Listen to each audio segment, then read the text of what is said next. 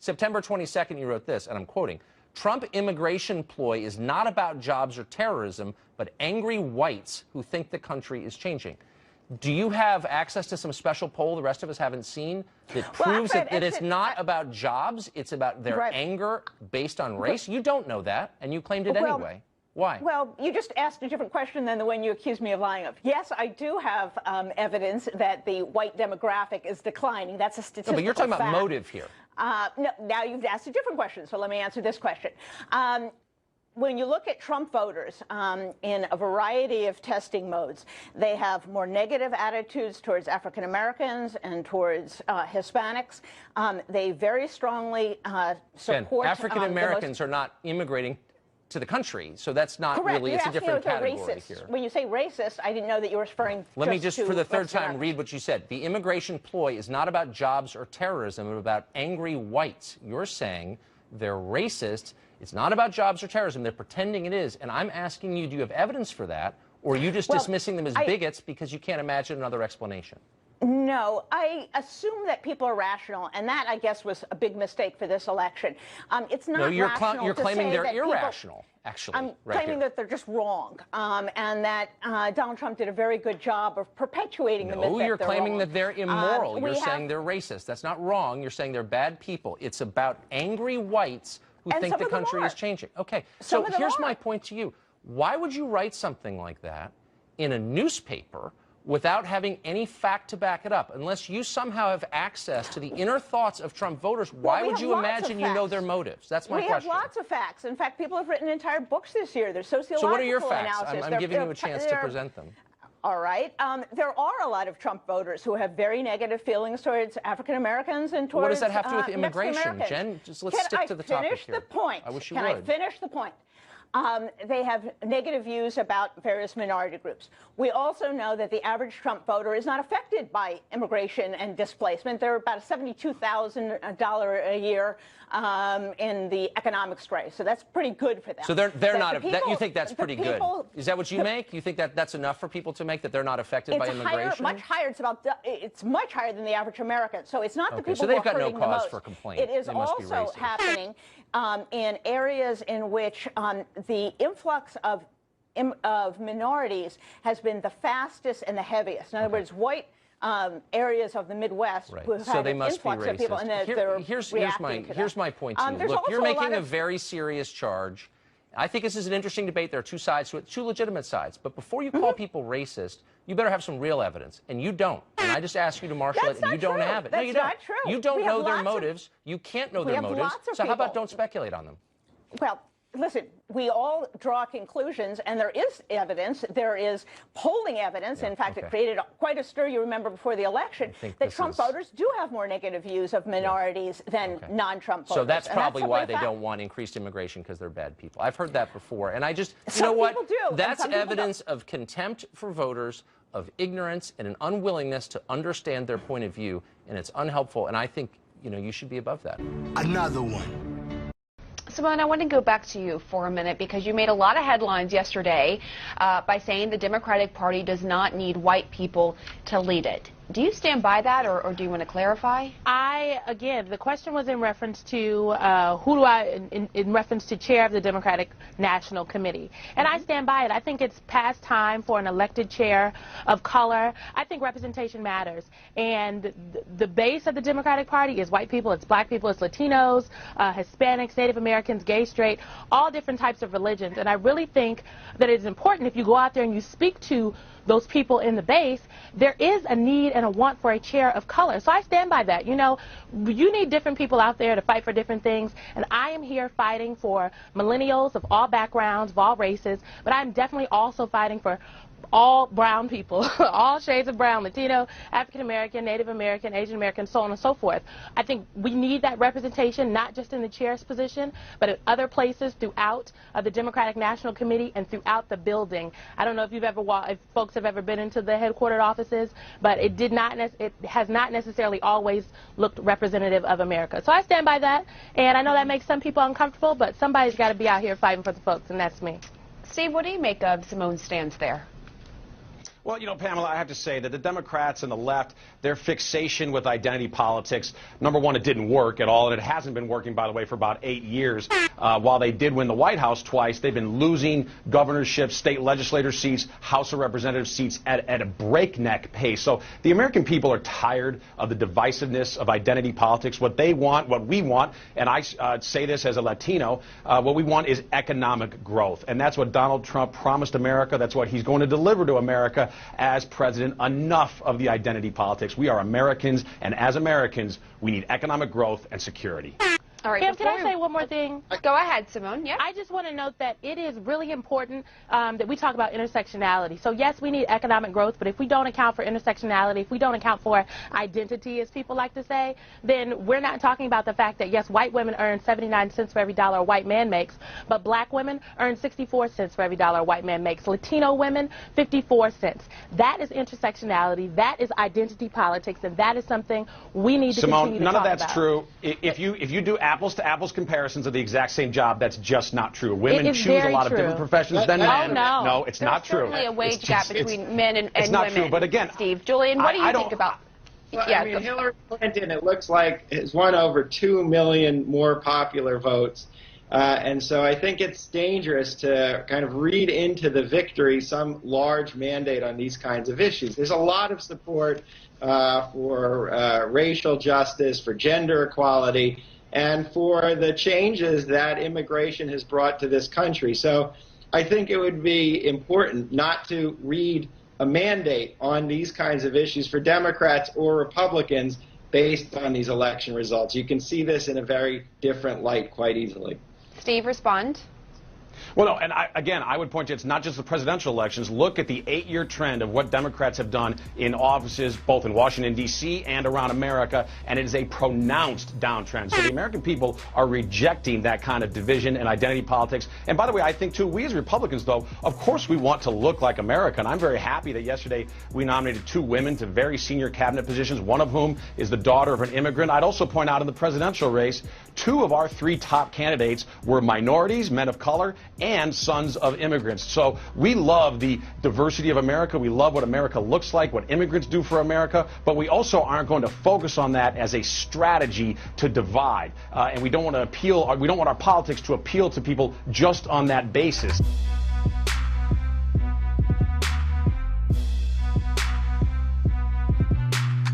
There are no consequences for trans people that use cross-hormone therapy, and I'm familiar with many studies that show that there are great benefits to their health and well-being. I've got it right here. Transsexuals had brain volumes in agreement with their sex at birth. The intracranial volume and the hypothalamus volume of males were larger than females, irresponsive of condition of transsexualism. This supports the notion that the brain volume changes in transsexuals are related to cross-sex hormone treatment and do not reflect pre-existent differences in brain volume between transsexuals and comparisons. So, isn't it possible for a doctor to take this comes from medical journals, to say, well, we know the changes occur after the sex hormone replacement therapy, and we know that that can be bad, so let's hold off? Or is that doctor ignorant? Because I want to make sure we frame in the language, because there are a lot of doctors out there who would probably agree with you, except for when it comes to the medicine. I mean, that's not the mainstream understanding whatsoever. You have one study that has one particular factual. No, it's not what the American Medical Association says. It's not what the American Psychiatric Association says. You have one doctor, Paul McHugh at Johns Hopkins, who has many anti-LGBT biases. Well, hold on, you talked about doctors. Now you've gone from what's mainstream. You said I've not seen those, so we've provided you with empirical data studies. You said, well, I've not seen that, and then you go to some doctors say this, and we could both agree, right? There's a political motivation behind a ton of what happens in the medical industry. I'm sure we're on board with that. Probably with big pharmaceuticals, probably with medical boards. We'd agree on that when it comes to a lot of things. So now we've denied the data and the statistics, and we've gone to what one doctor has said. I'm on board with medical organizations actually using, I'm only familiar with one doctor who advocates against cross-hormone therapy and transitioning for trans people, and that's Paul McHugh at Johns Hopkins, and that's where Johns Hopkins gets that reputation. So I'm not familiar with the study that you cited. I'm not sure I understand what it is you're concluding from that study, except something about how brains change. But what I know is the difference is I've not concluded something. That shows that. Excuse me, I'd like to finish. It's not fair. I can't let you get away with that, though, and say I only know one doctor. That's not accurate, Zach. There's more than one doctor on planet Earth who thinks that injecting estrogen into a man or abnormal levels of testosterone into a woman could be bad. The only point I'm making here is that doesn't mean that this sector of the medical industry or America or the world means they're bigoted or ignorant. You're drawing a conclusion, I'm not. I'm saying, is it within the bounds of reason that a doctor may not want to treat that because the science isn't in, and it doesn't necessarily make them a transphobic bigot? It's a simple question.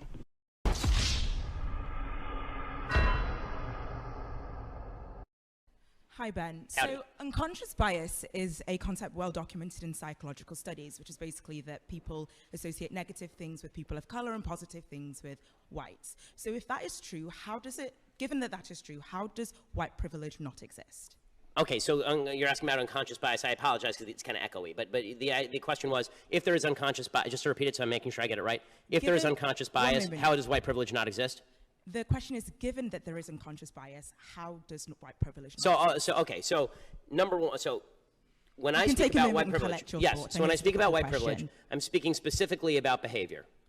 Okay, there have been no studies, and really I've looked at these studies, the connection between what they call implicit bias, this is their favorite phrase now, implicit bias, unconscious bias, and biased behavior has yet to be proven at any level that is even remotely necessary to be used in, for example, a courtroom, which is why it's never been used in a courtroom. Gotcha, bitch! It is also true that there is no way, there really isn't, there's been no proven way to alleviate what they call unconscious bias, which means that we're ghost hunting. So what I would suggest is that if there is unconscious bias, and I'll acknowledge the possibility or the reality of unconscious bias, if there is, then I need you to put, I don't care about what's in people's heads so much as what they do. So if you point me to a racist behavior, don't worry, I'll let you respond.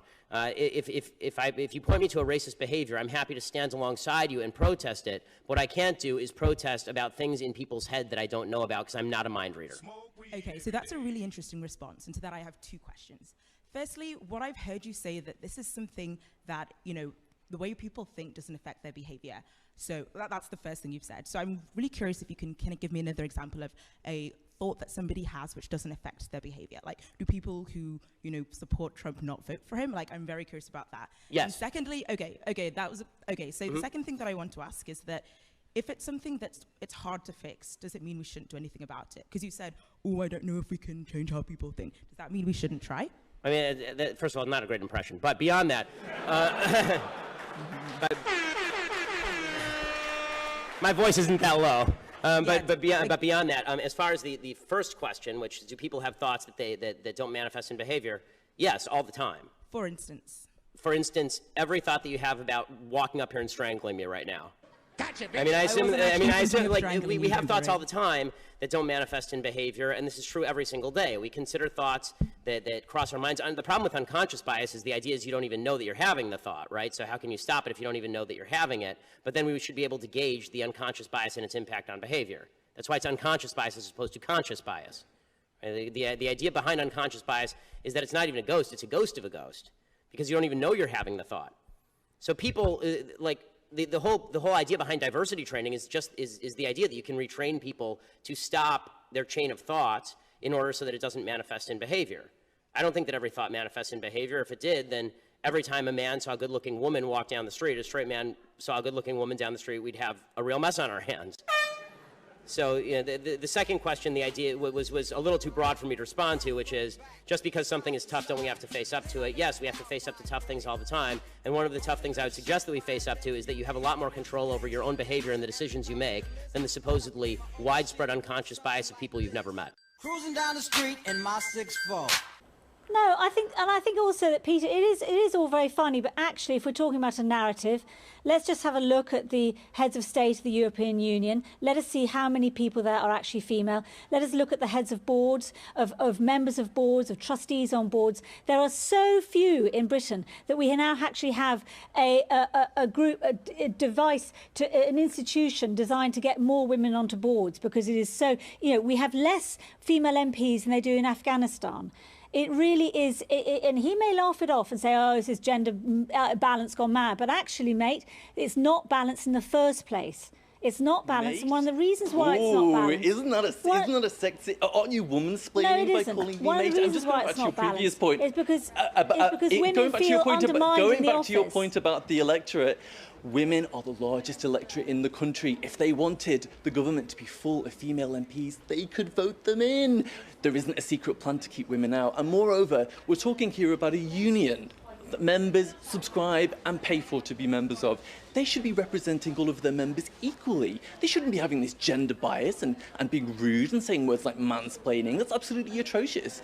I advise, if there are any Swedish men watching this programme, I advise them, cancel your membership to this union and hit them where it hurts. I mean, Rosie, isn't another point that you know, this is, if there are women out there who are so troubled by this kind of behaviour that they feel the need to take a helpline, you know, don't they really need to look at, you know, as you say, the real gender imbalances in the world, perhaps the imbalances at the top of the FTSE 100 companies? There are places where women need to be better represented, and surely anybody who wants to fight for female equality could perhaps direct their attentions and their energies a little more fruitfully than just worried about women being talked down to a little bit at work. I think there are more men called John than there are women as board members in the FTSE 100.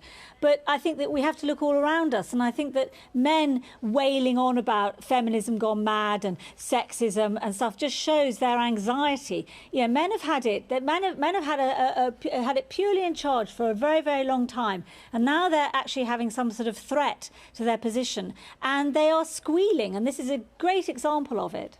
Peter Lord, isn't there some credence to the fact that this is a subtle way of men trying to control the space in the room a little bit? You know, Rosie talked about manspreading. I mean, often in meetings, I've seen it, not literally, but metaphorically, willy waving going on. Men trying to dominate the airspace, talking over women. And this is the thin end of the wedge for a lot of women. They see this behaviour happening around them in the workplace, and then they look at the bigger picture, they look at how women are represented, and they say, this is fundamentally how it all starts. Well, you know, I think probably women do still face some issues in the workplace, but I think they're putting 2 and 2 together and getting 6. And let's not forget, there are much more serious issues that face men in the workplace that aren't being addressed. I mean, if you look at the rates of workplace fatalities in Sweden, 9 out of 10 of them were male. Why is the union not addressing this and not some wacky esoteric theory about, you know, men sitting with their legs apart, PS, because of their anatomy, that it's more comfortable to do that, you know, as some kind of oppressive force over women? We really need to get our priorities in order here. I'm not dismissing the concerns of women. I'm not saying that women sort of sometimes suffer hurdles in the workplace, but let's please, no, I'm not, but let's please get our priorities in order. I am sick of having to listen to this, you know, back to front perspective on the real issues in the world. You know, we've just seen a presidential election run for 2 years, and not at one point did we hear any of them, either of the candidates, address the various men's issues that are promulgating the country and the world. Rosie, isn't this a way of women really encouraging women to be victims rather than encouraging them to stand up for themselves? I understand that, but I don't think so, because I don't know, because I haven't been on the helpline, and I don't know what sort of advice people are giving. But I think that actually, if it's advice to be more confident and to operate better in the workspace and the workplace, then I think it's very valid. I am chair of a very big board. I'm chair of the Hull City of Culture, and I've never chaired a board before. This is an enormous multi-million-pound amazing event which is going to happen in Hull next year. And I was pretty nervous starting out chairing, being in charge of you know, quite a formidable group of trustees. And I went on a course run by the Institute of Directors, a course for chairs. And about half of the people on the course are women and half are men, but a lot of it was about how to run a board effectively and how to chair it fairly and well. And I think that if women, because women are underrepresented in this area,